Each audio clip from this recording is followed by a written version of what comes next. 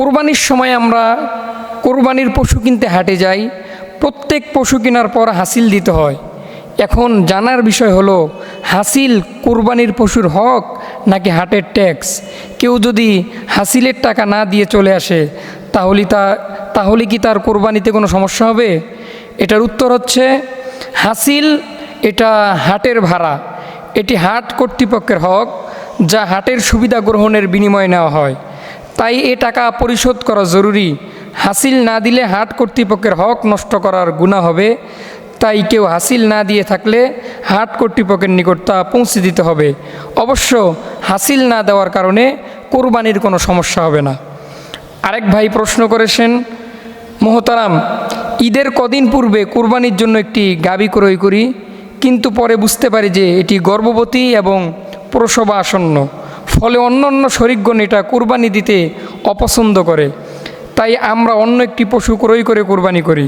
এখন জানার বিষয় হলো, দ্বিতীয় পশু দ্বারা কোরবানি কি সহি হয়েছে? গর্ভবতী পশুর কোরবানির বিধান কি? আর প্রথম পশুটা আমরা বিক্রি করতে পারবো কি? এটা জানার বিষয়। এটার উত্তর হচ্ছে, প্রসব আসন্ন গর্ভবতী পশুটি কোরবানি না করে ঠিকই করেছেন, কেননা এ ধরনের পশু কোরবানি করা মাকরুহ। আর এ অবস্থায় অন্য পশু দিয়ে কোরবানি করা সহি হয়েছে। যেহেতু অন্য পশু কোরবানি করেছেন, তাই এ পশুটি চাইলে বিক্রিও করতে পারেন বা নিজেরাও রেখে দিতে পারেন।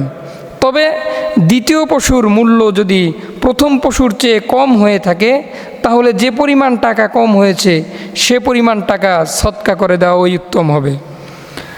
আরেক ভাই প্রশ্ন করেছেন, আমি অস্ট্রেলিয়া প্রবাসী। আমার জানার বিষয় হলো, অস্ট্রেলিয়ার বিভিন্ন অঞ্চলে অস্ট্রেলিয়ার বিভিন্ন অঞ্চলে বন জঙ্গলে ও পাহাড়ি এলাকায় মালিকানাবিহীন অনেক বন্য ছাগল ভেড়া থাকে। কোরবানির কিছু আগে খামারিরা সে সমস্ত বন্য ছাগল ভেড়া ধরে এনে কিছুদিন খামারে রাখে। এই ছাগল ভেড়াগুলো সাধারণ ছাগল ভেড়া থেকে আকারে একটু বড় হয়।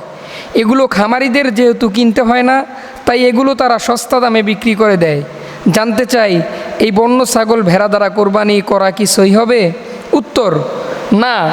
এসব বন্য ছাগল ভেড়া কিছুদিনের জন্য খামারে আটকে রাখলেও এগুলো দ্বারা কোরবানি সহি হবে না, কেননা এগুলো জন্মগতভাবে বন্য পশু। আর কোরবানি সহি হওয়ার জন্য পশু জন্মগতভাবে গৃহপালিত হওয়া আবশ্যক। বন্য পশু গৃহে বা খামারে এনে লালন পালন করলেও তা দ্বারা কোরবানি সহি হবে না।